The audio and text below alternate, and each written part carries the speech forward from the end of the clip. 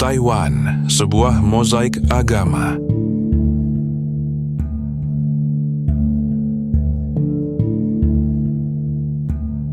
Rakyat memiliki hak atas kebebasan beragama.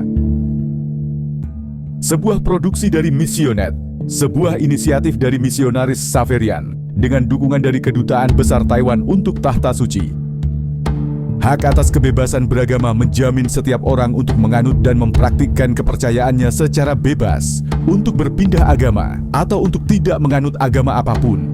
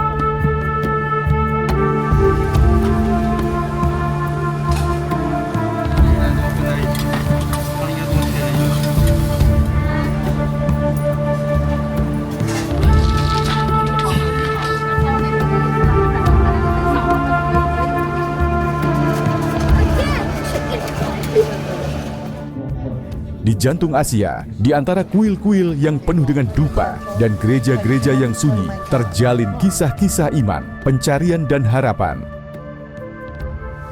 Taiwan adalah sebuah mosaik spiritual, laboratorium hidup dari keragaman dan kebebasan beragama.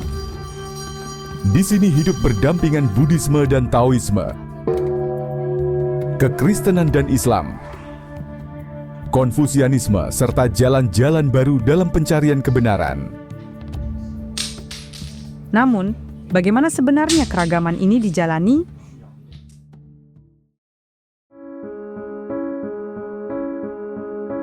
Iman Kristen di Taiwan.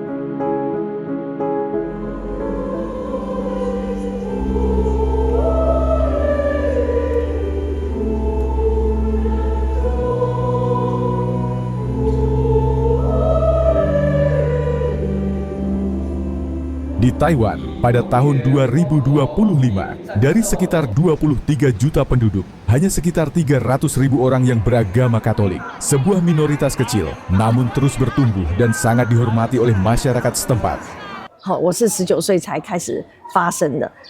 Teman keluargaku tidak membantu aku menghadapi penyakitku.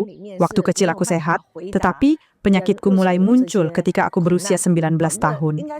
Agama orang tuaku tidak memberi makna pada penderitaanku. Mereka berkata, ini akibat dari kesalahan pada kehidupan sebelumnya. Kemudian, aku mengenal Protestanisme lebih dulu, lalu Katolik. Iman Katolik membuatku memahami kasih Allah yang tanpa syarat. Allah memiliki rencana yang lebih besar daripada rencana kita. Ia memberi kita tantangan untuk dihadapi, tetapi juga anugerah untuk dinikmati setiap kesulitan ku hadapi bersama Dia. Ketika kita mengalami kehadirannya dalam hidup kita, barulah kita benar-benar mengerti bahwa semua hal memiliki makna. Selama masa sekolah, aku mengenal iman Kristen melalui seorang guru. Lalu, setelah menikah, aku bertobat menjadi Katolik. Waktu kecil aku sehat, tetapi pada usia 19 tahun, aku mulai sakit-sakitan. Setelah menjadi lumpuh, imanku mendorongku untuk merawat orang lain yang memiliki kondisi seperti diriku. Ketika muda, aku bekerja sebagai jurnalis, pembawa berita, dan pembawa acara televisi. Setelah itu, aku menjadi anggota parlemen. Sekarang, aku menjabat sebagai direktur di sebuah departemen sosial. Setelah sakit, aku mendirikan yayasan untuk penyakit langka. Aku bekerja dan menjadi relawan untuk membantu orang-orang yang sakit parah.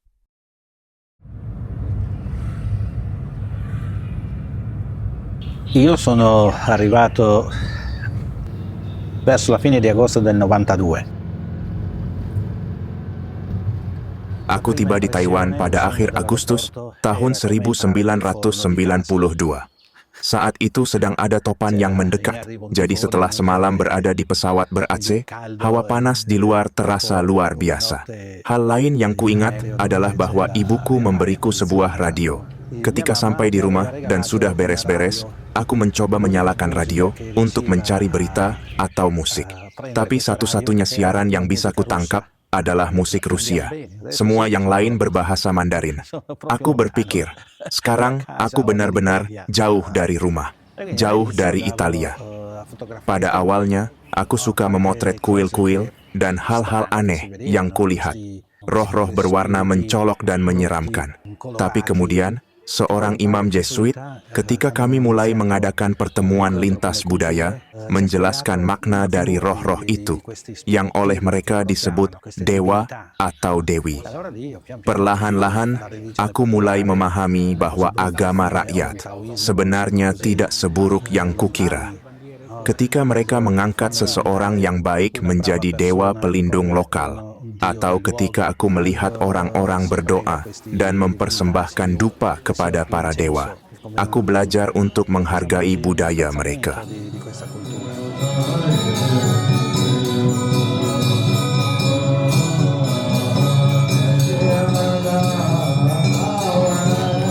Particolarità della Chiesa a Taiwan penso sia quella di sopravvivere. Aku rasa ciri khas gereja di Taiwan adalah kemampuannya untuk bertahan hidup.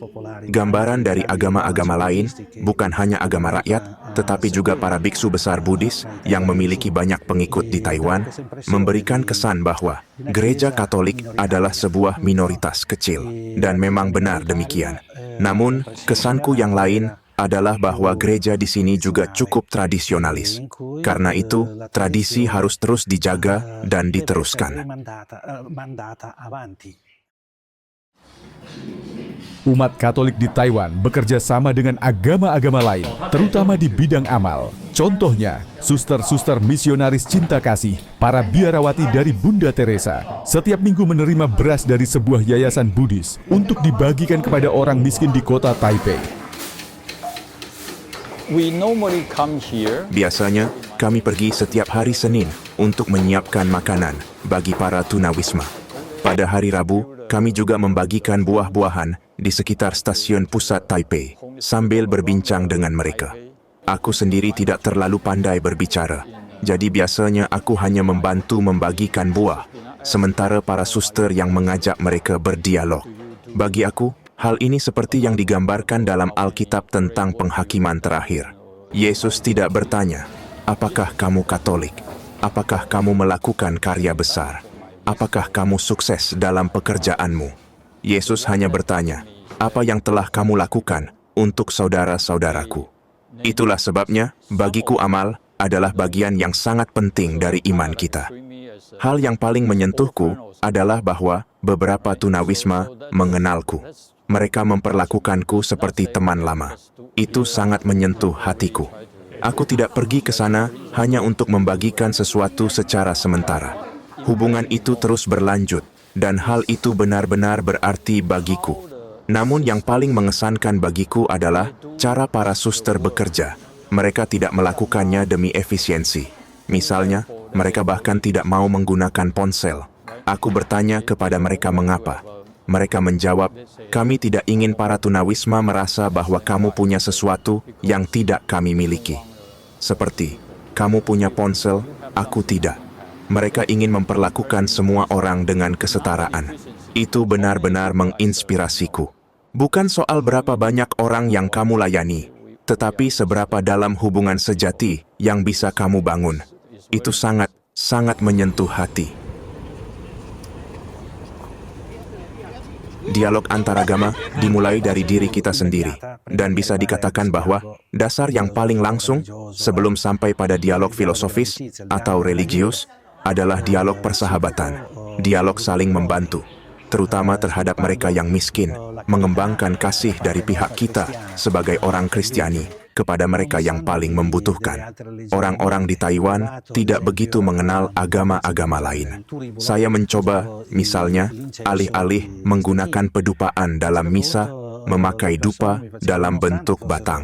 Pada suatu saat, meskipun mereka adalah orang-orang terpelajar, mereka berkata kepada saya, "Batang-batang dupa mengingatkan kami ketika kami dulu pergi ke kuil, dan pilihan kami menjadi Katolik justru berarti memutuskan hubungan dengan tradisi-tradisi itu. Jadi hal itu membuat mereka memikirkan hal-hal yang berkaitan dengan kuil. Dan karena itu kami menggunakan bentuk dupa yang lain. Namun itu adalah sebuah upaya untuk mencoba melakukan inkulturasi. Ada bentuk-bentuk inkulturasi lainnya, ornamen liturgi, atau misalnya gereja kami, di mana terdapat sebuah altar untuk para leluhur. Dan di semua gereja di Taiwan, terdapat altar leluhur ini. Tempat di mana, pada tahun baru Imlek dan Hari Arwah, umat Kristen datang berdoa di depan altar tersebut dan mempersembahkan doa mereka. Bersamaan dengan itu, kami mempersembahkan buah, bunga, dan anggur. Dan kami juga mempersembahkan dupa. Kami menggunakan batang-batang dupa itu. Dan semua orang membungkuk di hadapan tugu yang memuat nama-nama umat paroki yang telah meninggal.